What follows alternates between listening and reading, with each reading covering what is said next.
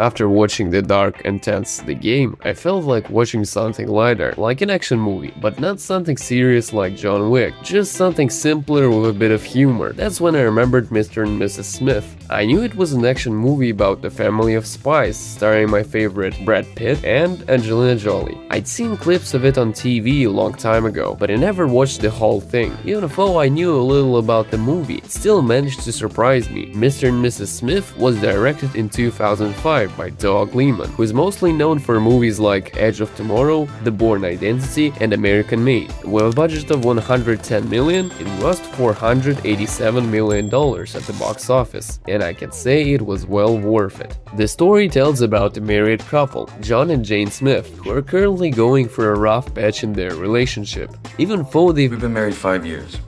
6. 6 years. they act rather distant toward each other. While they seem like the most ordinary married couple, in reality, both are professional assassins who end up receiving a contract on the exact same target. What I liked most about the movie was how it plays up all these typical family situations. At its core, it's a film about a married couple, but wrapped in a pretty good action film. It takes literally the most ordinary family moments and turns them into spectacular action scenes. An ordinary family dinner becomes a high-stakes game of who will crack first. A drive out of town in the family car turns into a crazy chase with gunfights, and the routine shopping trip to an IKEA-like store ends up in the complete destruction of the store and a massive fight. And there are plenty of other examples. But since this is a movie about a family, even though an unusual one, there's plenty of room for family problems. Peter, you get down from that tree this instant! No! You're gonna yell at me! You're damn right I'm gonna yell at you! You beat up a 13-year-old boy! Jane and John met on mission in Colombia, and from there it was all by the book.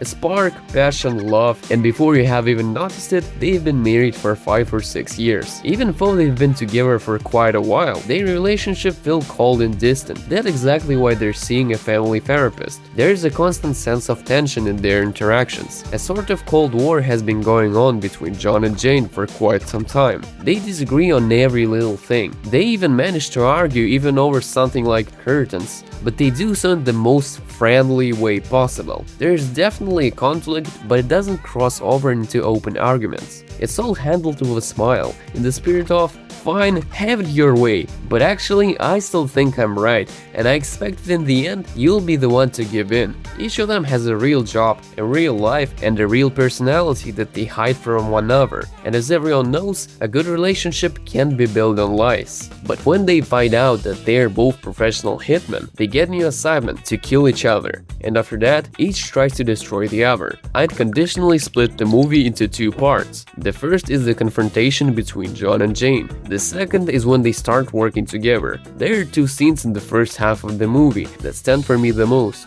The first is the dinner scene, when they already know the truth about each other, but keep acting as if nothing happened. It's a very funny moment because the tension here is just off the charts. At that moment, I was sitting there giggling at the absurdity of what was happening. I mean, 2 grown adults already understand everything perfectly well, but yet they absurdly keep pretending that everything is fine, even though neither trusts the other anymore. We're no longer looking at a married couple, but at 2 professional assassins, and both, in a very comical way, while maintaining the appearance of a normal family dinner, try to protect themselves while simultaneously looking for an opportunity to kill the other, moving knives out of reach, slipping poison into the food and wine. And the second scene is the fight at their house, when they finally face off in open combat. I see it as a kind of family spot, where everything that has been building up over the years finally spills out. But here, it's shown in the most exaggerated way possible. The husband and wife are literally beating the crap out of each other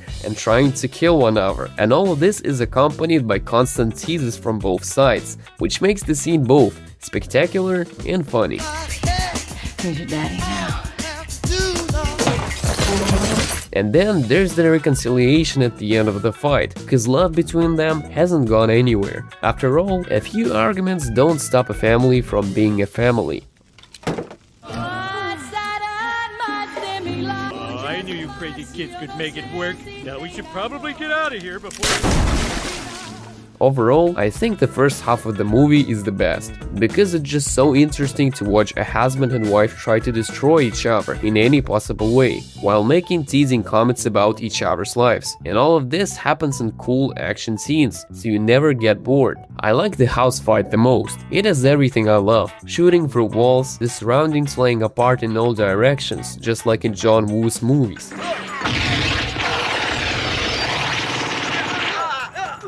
Good hand-to-hand combat and pretty solid fight choreography. And I think it would have been better if the whole movie had been structured like the first half. In the second half, when John and Jane start working together, this film loses steam significantly and the action stops being so original. Instead of one-on-one confrontations, it turns into the standard two against the crowd formula. And that's where the main character's plot armor really start being visible. If they had continued trying to kill each other with the same ingenuity right up to the very end, the intrigue would have been much stronger. After all, these are professional hitmen who put work above emotions, and right up until the very end, the question would remain, will they actually pull the trigger or not? Then, their unexpected reconciliation would have looked both funny and very fitting. Although I do understand that in that case, it wouldn't have been possible to show that beautiful final scene, but perhaps the characters could have been forced to unite only at the very end. That way, the main idea of the movie, that flashy scene and the reconciliation ending would be appropriate. Now, a bit about the message of the film. I understand that this isn't the kind of movie where you should look for any deep meaning, but here, it fits very well with the very idea of family. You don't turn your back on family, even when they do. The first half of the film shows that it's impossible to build relationship on lies. John and Jane had two completely different lives that they hid from each other for years, even though they sincerely loved one another. That's exactly why there was such a sense of distance between them. But in the end, despite the fight, they couldn't finish what they started, because no matter how angry they were at each other, the love hadn't gone anywhere.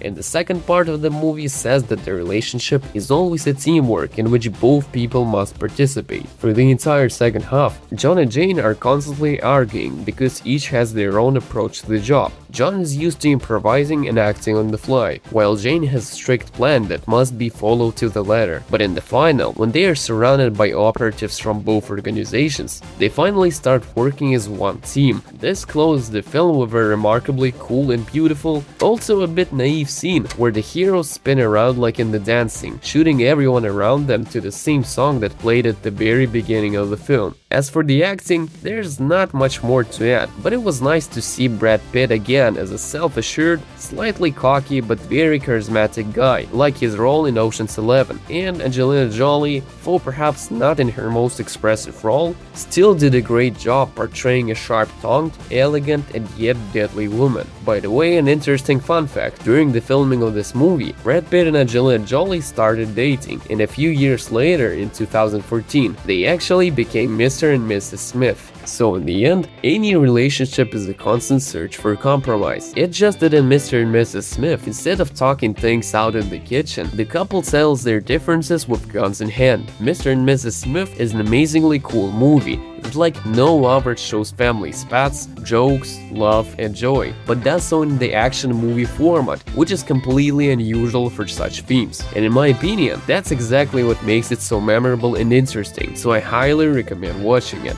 And that's all. If you really enjoyed this video, like and subscribe, and of course, love movies and watch movies. Bye!